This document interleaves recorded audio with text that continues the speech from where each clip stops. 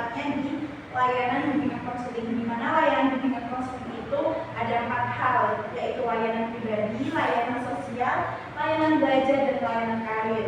Nah, pada pertemuan hari ini kita akan membahas mengenai layanan karir, di mana layanan karir ini merupakan suatu proses untuk membantu suatu individu untuk dia tahu jati dirinya, jati diri sendiri, dia tahu pengetahuannya, dia tahu skillnya.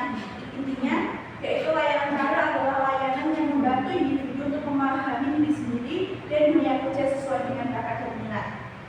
Nah, karena berhubung di sini kalian sudah kelas 12, di sini kita akan membahas mengenai mau kemana setelah lulus SMA nanti gitu. Dan ini adalah salah satu materi yang bersinambungan dengan bimbingan konseling, tepatnya di bimbingan karir, di mana saya sebagai guru BK akan membantu teman-teman semuanya, adik-adik semuanya di sini untuk belajar. Nanti kita akan kemana gitu, mencari tahu bakat skill kita. Gitu.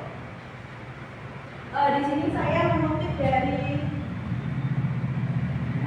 presiden ketiga kita, yaitu B.J. Habibie, mengenai keberhasilan bukanlah milik orang yang pintar, keberhasilan adalah punya mereka yang senantiasa berusaha. Mau kemana kah setelah lulus SMA? Mungkin Mbak Lesti bisa dijelaskan kira-kira udah ada pandangan tuh mau kemana nanti? Kemana? Oke, udah tahu jurusannya? Oh, berarti sudah sesuai dengan skillnya gitu ya? Kalau Mbak Latifah?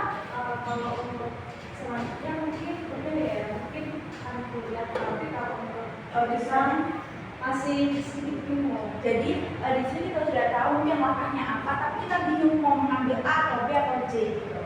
Jadi di sini dua kunci, yaitu mengenai kerja atau lanjut studi di perguruan tinggi. Mungkin ada satu option lagi, tapi mungkin tidak disarankan adalah menikah gitu. Nah, kalau seandainya kita memilih untuk melanjutkan ke perguruan tinggi, di sini di bimbingan konseling tempat yang karir, kita akan belajar mengenai perguruan tinggi itu ada banyak, ada macam-macamnya, ada jenis-jenisnya. Mungkin ada yang PTN seperti di Brawijaya, di Airlangga, mungkin ada di vokasi, mungkin itu D3, terus ada di PTS, di perguruan tinggi swasta, atau mungkin di kedinasan seperti Poltekin, atau Minstan dan lain sebagainya. Nah, mungkin adik-adik semuanya di sini sudah paham belum sih perbedaan itu semua? Nah, kalau tingkat universitas berarti kita itu adalah satu tempat, satu perguruan tinggi di mana dia itu punya banyak program studi, banyak jurusannya. Tapi kalau vokasi itu biasanya ditemukan di D3 dan itu sudah lebih ke sedikit, kayak kalau seandainya di universitas kan ada banyak nih jurusannya, tapi kalau D3 itu hanya fokus pada satu bidang studi. Nah, kalau seandainya sekolah kedinasan, contohnya ada STAN, STIS, AKMIL, itu merupakan sekolah yang memang kedinasan di mana nanti dia kalau seandainya lulus langsung mungkin kembali ke pemerintahannya gitu loh. Dan di sini kita akan belajar mengenai memilih kampus dan mengikuti peluang kerja. Nah, mungkin teman-teman yang masih bingung nih mau lanjut kuliah di mana, atau mungkin masih bimbang mau kuliah apa kerja, kita pertama itu mempersiapkan diri sesuatu syarat peminatan yang tujuh. Jadi kalau tadi sudah ini mau kemana? Kemana? Jurusan apa? Manajemen bisnis. Berarti dia sudah mempersiapkan diri, sudah lihat syarat-syaratnya kalau menjadi mahasiswa manajemen itu harus gimana?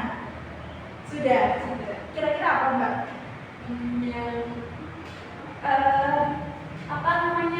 Syarat menjadi mahasiswa bisnis. Mungkin berbeda. Oke, mungkin jiwa-jiwanya jiwa bisnis gitu. Nah, mungkin Mbak Latifah karena memang belum tahu nih kira-kira mau ambil apa, mungkin bisa dipersiapkan dari hatinya gitu, dari mungkin aku tuh bakat skillnya di mana gitu. Mungkin bakat skill atau mungkin hobi dari Mbak Latifah apa? Mungkin bukan olahraga ya. Olahraga. Mungkin tertarik sama pendidikan? Tertarik sih ya. Guru kejuruan. Nah, berarti mungkin bisa aja nih Mbak Latifah pengen ambil di program bidang PJOK di mana dia punya potensi di bidang olahraga. Yang kedua adalah pilihan hati bukan paksaan. Nah, ini yang paling penting. Segala sesuatu itu harus berasal dari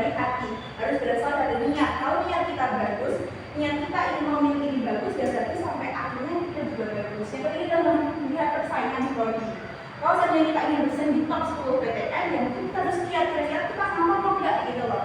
Kalau misalnya mampu, itu oke silakan. Tapi kalau enggak, apakah kita beri kecil hati? Ya enggak dong. Kita harus tetap semangat terus gitu. Dan yang paling penting adalah prospek kerja.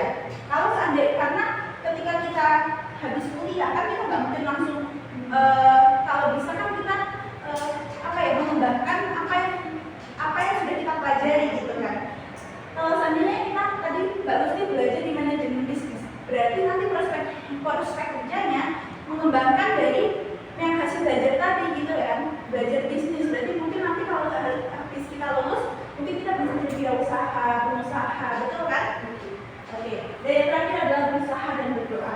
Ini pasti ya, karena segala sesuatu itu ya harusnya ada ini gitu loh. Karena dia 50-50. Kalau kita cuma berusaha kita nggak mungkin dapat itu. Demikian pun kalau kita cuma berdoa ya kita nggak akan bisa dapat. Nah, untuk memilih jurusan kuliah itu mungkin pertama harus sesuai dengan kecocokan, harus sesuai dengan hati yang saya sampaikan sebelumnya. Yang kedua adalah kemampuan minat dan siswa. Nah ini di dalam bimbingan konseling kalian bisa lihat jati diri kalian, apakah kalian minat, apakah kalian punya potensi, itu semua itu bisa dipahami. Yang ketiga adalah karakteristik jurusan dan mengikuti mata kuliah dan mungkin biaya studinya.